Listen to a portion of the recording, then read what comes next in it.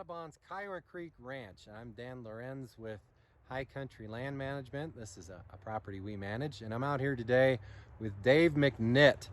And Dave is with what? I'm a private lands wildlife biologist with Bird Conservancy of the Rockies. So what we were looking at today is we're trying to do some work out here on the ranch to improve our forests. So what you see behind us is oftentimes the reason why people move to Colorado. We've got these beautiful dense forests that are peaceful and calm, but you can see behind me that there's a problem, and that, like a lot of these trees, are the after effects. A lot of them are black from a fire that was one of the most devastating fires in Colorado history, caused by exactly what we're seeing behind us. So why don't you tell us a little bit about that, Dave? Yeah, so basically this forest, in the lack of natural disturbance, mainly fire, all these little trees are grown together, tightly packed, and they're all competing with each other. So you end up with this stand of very tightly packed, small trees. And really, once you get an eye for it, you realize that this is something that is going to burn very severely. When fire does come, you have a continuous giant forest of fuel here, ready to burn, basically. So, if I didn't know any better, and I didn't before I met Dave, I look at that and I think, you're hesitant to cut trees. You think, oh, that's nature, leave it alone, let it do its thing. We live here because of the ecology and we care about that. But so then let's look over here. Get my fat thumb out of the way. So what I'm looking at behind me, and Dave will help me out with this, is healthier. This is the result, this is better for the ecology. We've improved the ecology. We cut 20 acres here, and 75% of the trees we took out with logging equipment. And so tell us what is the result we're looking at here? Yeah, so that forest over there, the first one we showed you, that's what a lot of us think a forest should look like because it's what we know. What we're looking at over here is what forests, ponderosa pine forests and a lot of the conifer forests on Colorado's Front Range, this is what they looked like for thousands of years, for millennia. This is what the forests look like because they were shaped by fire to be more open.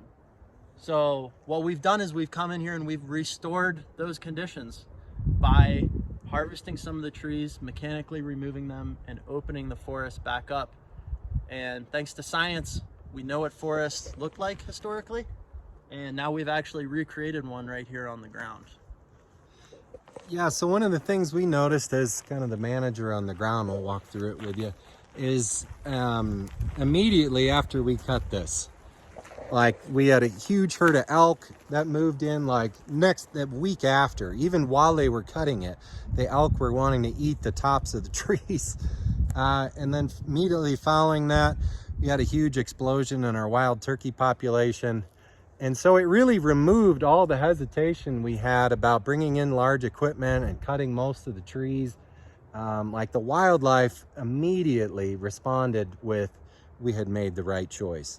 And so what we end up with from this more open forest behind us, what happens to this, Dave, the next time a fire comes in? What did we do? Yeah, I think, common sense will answer a lot of that. Let's look at this forest, and then if you want to flip it over here and look at the untreated side of the forest over here. Well, as you can see on the treated side, fire comes through here, there are a lot less things to burn, a lot less fuel, and the canopy, the tops of the trees, are more separated. So there's much less risk of a crown fire, which is what we call it when the fire gets up in the tree canopy and spreads throughout the tree canopy, killing all the trees and burning very intensely. It's more likely to burn on the ground here. All this grass and things in here will burn. It'll be a much more low severity fire and easier to control, and it'll actually be beneficial the way that fire was for thousands of years. Yeah, so let me ask you real quick, Dave. So are most fires started by lightning or man-made, or I guess that's kind of the challenge we face, a little bit of both, huh? Most fires these days are started by humans. Historically, a lot of fires were started by lightning, but they were also started by Native Americans. So there's actually a long history of humans starting fire.